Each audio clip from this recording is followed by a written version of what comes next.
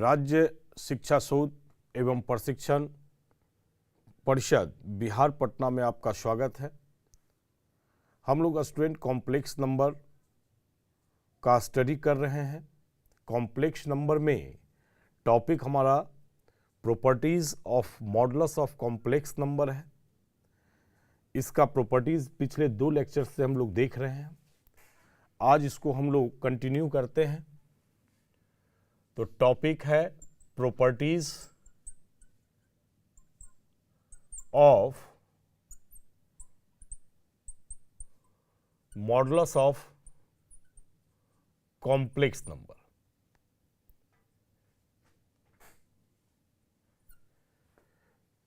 पिछले लेक्चर्स में प्रोडक्ट से रिलेटेड प्रॉपर्टीज का हम स्टडी किए। Z1 इंटू Z2 का मॉड ये स्टडी की, मॉड ऑफ Z1 और into mod of Z2 S on n तक का भी प्रोडक्ट हम इसमें से यूज कर सकते हैं। तो mod of Z1 mod of Z2 S on mod of Zn होगा। एक प्रॉपर्टीज था मॉड Z का पावर n। ये फाइंड हम लोग किए थे कि मॉड Z का पावर n दोनों बराबर होगा Z का पावर n का मॉड और मॉड Z का पावर n। डिवीजन में भी प्रॉपर्टीज का यूज किए, mod of Z1 divided by Z2, तो mod of Z1 divided by mod of Z2। Condition इसमें अप्लाइड था Z2 is not equal to 0। एक प्रॉपर्टीज हम लोग स्टडी किए कि Z इंटू Z का conjugate equal to mod Z का स्क्वायर। अब इस प्रॉपर्टीज को आगे बढ़ाते हैं तो 6 नंबर प्रॉपर्टीज की बात करते हैं। 6 नंबर प्रॉपर्टीज हमारे पास में है कि आप मॉड Z लें या कंजुगेट का मॉड ले लें या निगेटिव कॉम्प्लेक्स नंबर का मॉड फाइंड करें या फिर निगेटिव कॉम्प्लेक्स नंबर के कंजुगेट का मॉड फाइंड करें, ये सभी का रिजल्ट इक्वल होगा। ये भी प्रॉपर्टीज है। आप प्रूफ में इसका देख सकते हैं। प्रूफ इसका है स्टूडेंट के आप Z equal to x plus iota into Y एक कॉम्प्लेक्स नंबर मानते हैं। आप लिख सकते हैं लेट इतना be a complex number. Complex number means एक सम्मिश्र संख्या है। इसको हिंदी में सम्मिश्र संख्या कहेंगे। एक सम्मिश्र संख्या है। अब देखते हैं स्टूडेंट, कंडीशन प्रत्येक में यह अप्लाइड होता है। जो डिफिनीशन था कॉम्प्लेक्स नंबर का, सम्मिश्र संख्या की जो परिभाषा था, उसका शर्त जो है वो सभी में अप्लाइड है। X Y belongs to real number और iota equal to root under -1। ये हमेशा याद रखेंगे। जहां भी हम कॉम्प्लेक्स नंबर सपोज किए हैं प्रॉपर्टीज में, सभी पर ये कंडीशन अप्लाइड होते हैं। तो आप इस कॉम्प्लेक्स नंबर का जब मॉड फाइंड करेंगे तो root under X square plus Y square आएगा। मीन्स रियल पार्ट का स्क्वायर और प्लस इमेजिनरी पार्ट का स्क्वायर रूट। अब आप कंजुगेट इसका फाइंड करेंगे, माने x plus iota into Y का हम कंजुगेट फाइंड करेंगे तो x minus iota into Y होगा। और जब इसका मॉड फाइंड करेंगे तो square root X square plus minus Y का होल स्क्वायर। रिजल्ट हमारे पास में x square plus Y square आएगा। ये सेकंड हो गया। थर्ड में आ जाए स्टूडेंट, ये सेकंड स्टेप है। एक स्टेप ये फाइंड हुआ है। इसके थर्ड स्टेप की बात करते हैं। निगेटिव Z है, मतलब ऋणात्मक करना है, तो Z हमारे पास x plus iota into Y है, तो final -x minus iota into Y. अब जब इसका मॉड फाइंड करेंगे तो स्क्वायर रूट माइनस यक्स का whole square plus minus Y का होल स्क्वायर, रिजल्ट हमारे पास में आ गया X square plus Y square. Next देखते हैं स्टेप में। नेक्स्ट स्टेप जेड कंजुगेट की बात कर रहा है, तो Z conjugate X plus iota into Y, X minus iota into Y, और फाइनल इसका निगेटिव करेंगे इस कंजुगेट का, तो minus X minus iota into Y, result हो जाएगा minus X plus iota into Y. अब इसके मॉड को निकालेंगे तो माइनस यक्स का whole square plus Y square, ये रिजल्ट हो गया X square plus Y square. मतलब प्रत्येक केस में चाहे वो कॉम्प्लेक्स नंबर का डायरेक्ट आप मॉड फाइंड कर लें, या उसके कंजुगेट का मॉड फाइंड करें, या उसके फिर ऋणात्मक का मॉड फाइंड करें, या कंजुगेट के का होल आप ऋणात्मक का निकालेंगे, तब भी प्रत्येक केस में आपके पास में इसका मॉड का वैल्यू सेम है।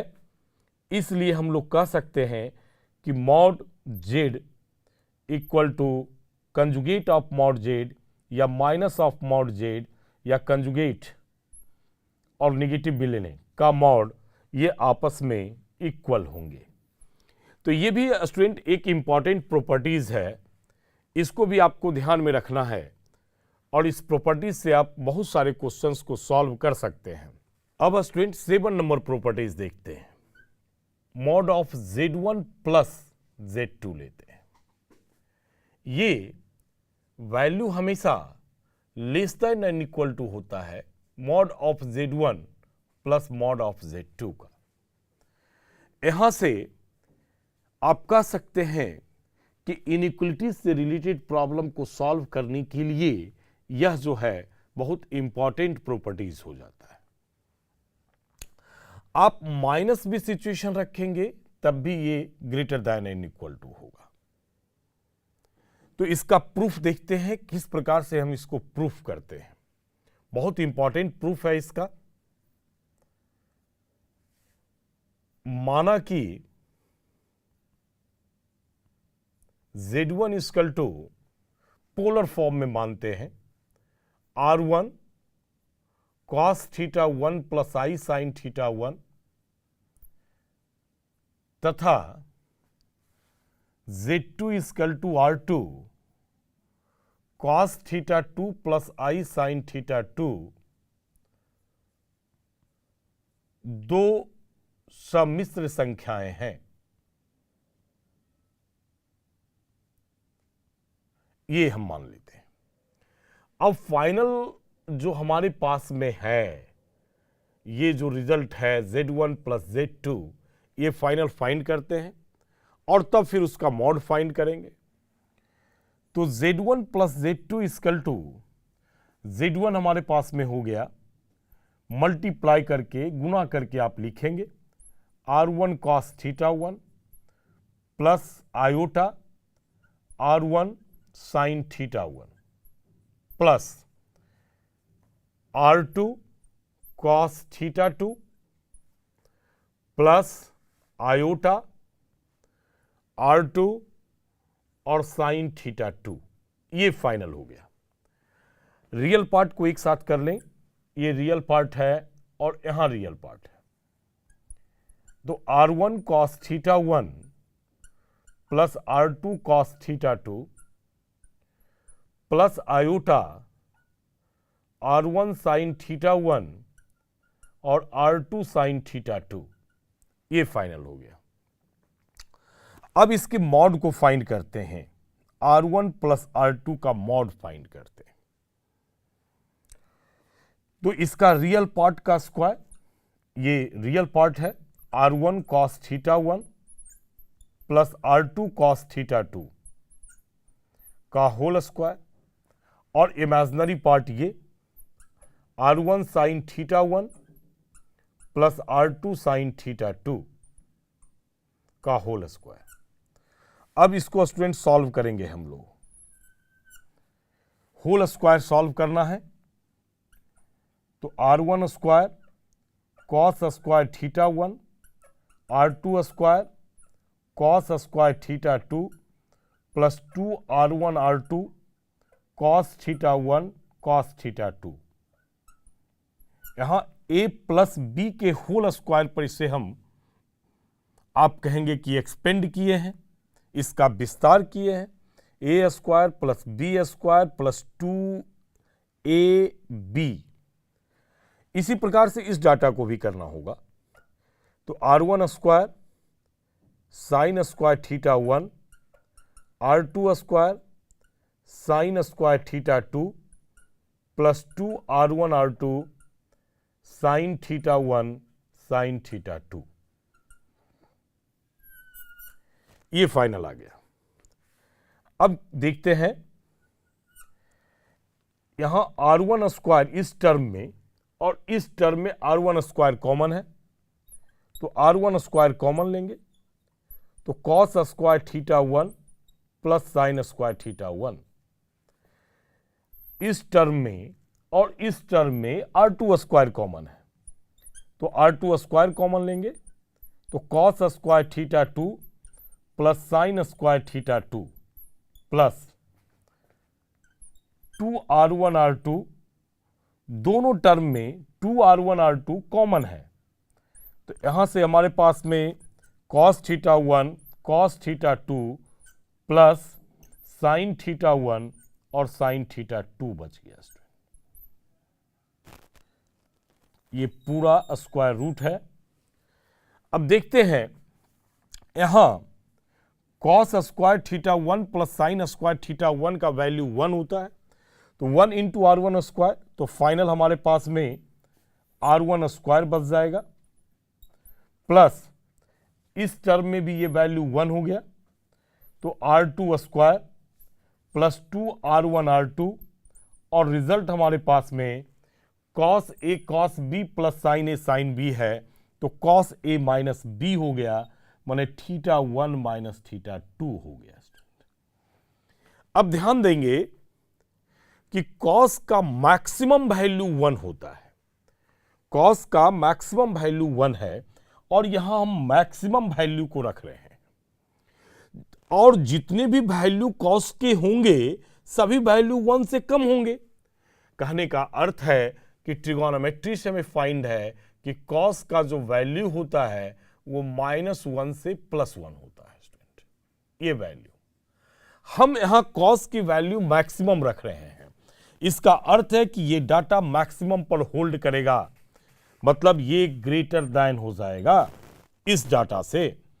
तो ये हमारे पास में रिजल्ट हो जाएगा r1 square r2 square plus 2r1 r2।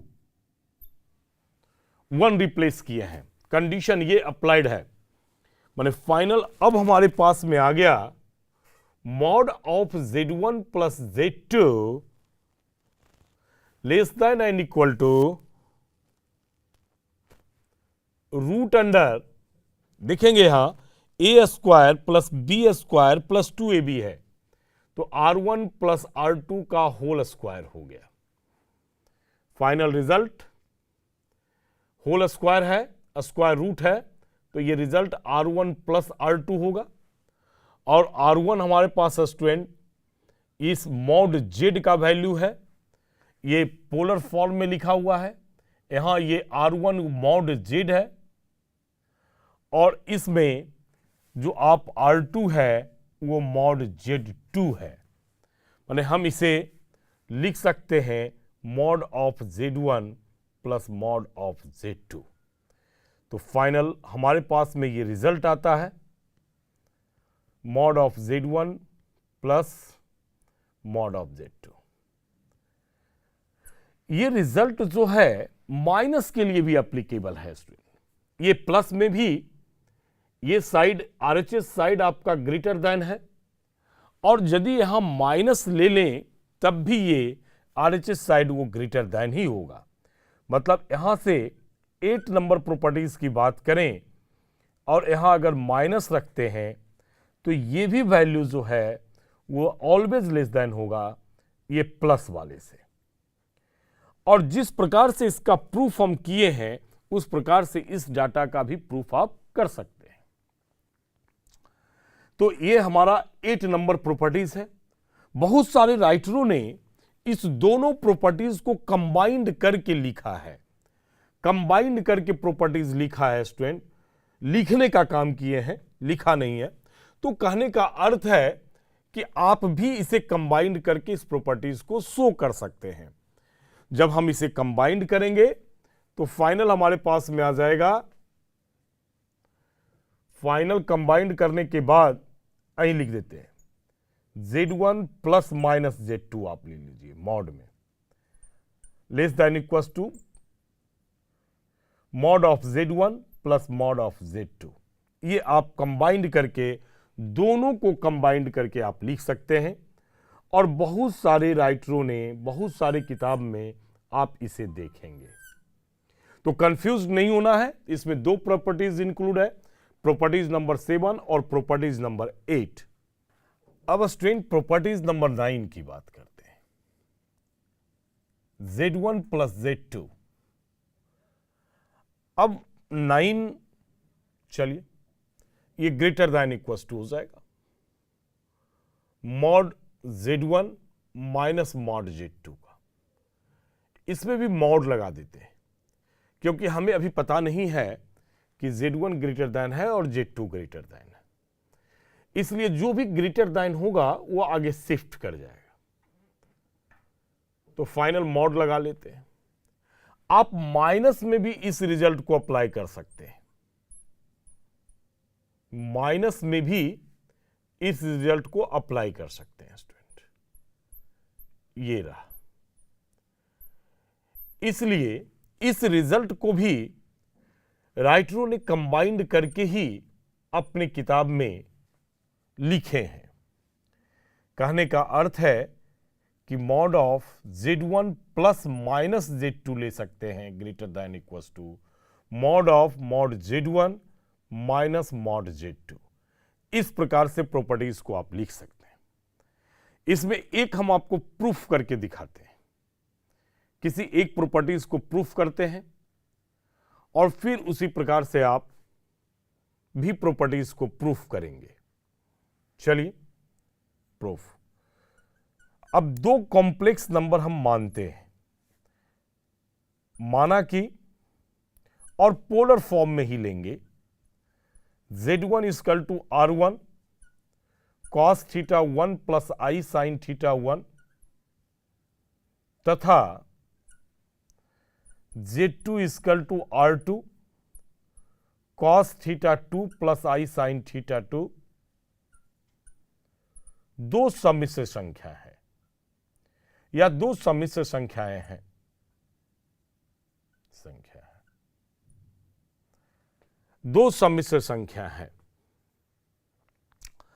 अब फाइनल क्या करते हैं स्टूडेंट कि हम लेते हैं एक डाटा को और सॉल्व करते हैं। जैसे मान लो उसमें पहले वाले में हम थ्योरम में प्लस लेकर चले थे, इसमें माइनस लेते हैं, Z1 माइनस Z2। चलिए मल्टीप्लाई करके लिखेंगे R1 cos theta 1 plus iota R1 sine theta 1 minus result हो गया R2 cos theta 2 plus iota R2 sine theta 2।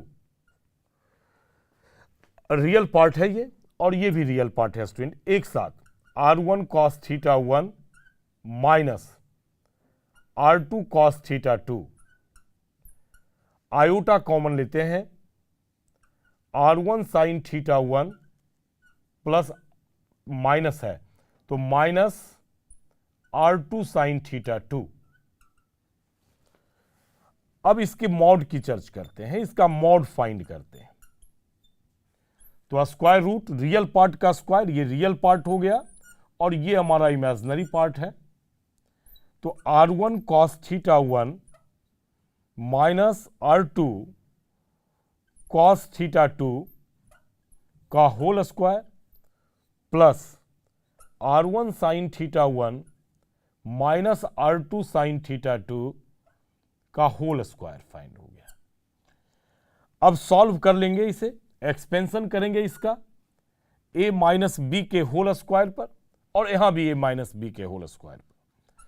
तो R1 square cos square theta 1 plus R2 square cos square theta 2 minus 2R1 R2 cos theta 1 cos theta 2 plus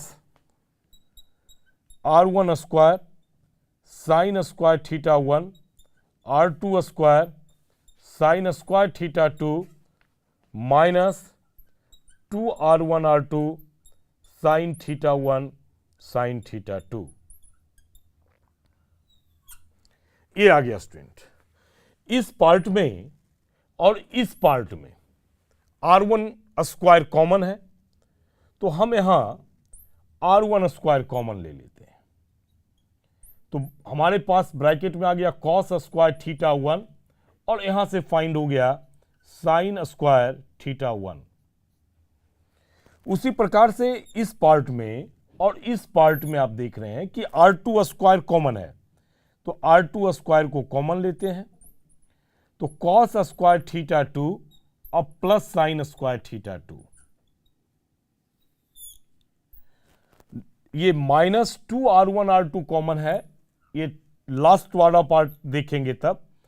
तो यहां से 2R1 R2 common हो गया, result हो गया sign theta 1 sorry cos theta 1, ये cos theta 1 हो गया कॉस थीटा 2 और इस पार्ट में plus sign theta 1 sign theta 2 common हो गया।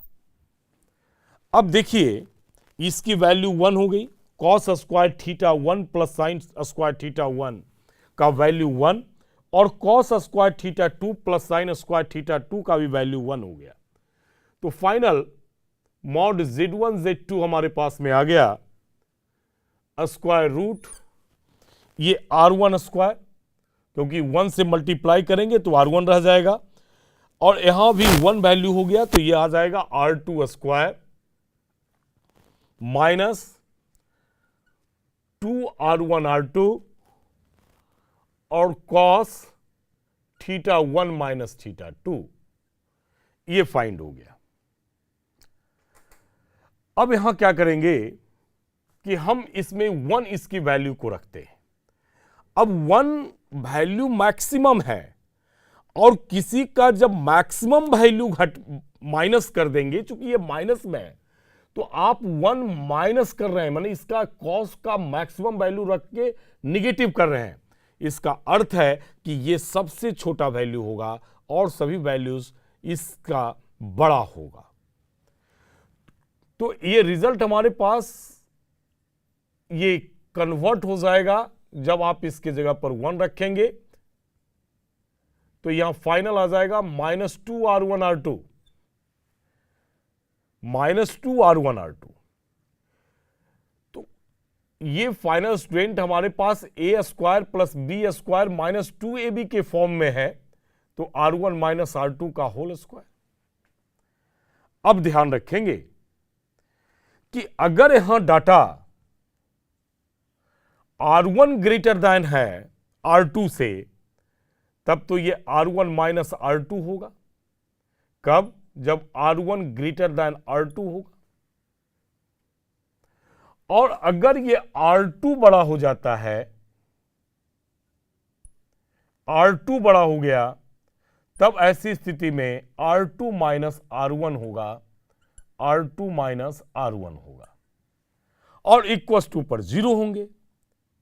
ये 0 वैल्यू होगा जब इक्वस टू लेंगे तब। तो कहने का अर्थ है कि आप इक्वस टू भी आप किसी के साथ इंक्लूड कर सकते हैं या अलग भी कर सकते हैं जब R1 इक्वल टू R2 होगा। अब इसे आप इसके साथ भी कंबाइन कर सकते हैं, इसके साथ भी कंबाइन कर सकते हैं। तो स्टूडेंट यहां देखेंगे कि डाटा अब ये R1 है क्या, तो हमारे सपोजिंग में जो हम माने हैं, सपोज किए हैं, उसमें R1 मॉड Z है और ये R2 क्या है? R2 हमारे पास मॉड Z2 है। तो कहने का अर्थ है कि ये हमारे पास mod Z1 minus mod Z2 है। अगर mod Z1 greater than mod Z2 हो गया और mod Z2 minus mod Z1 होगा।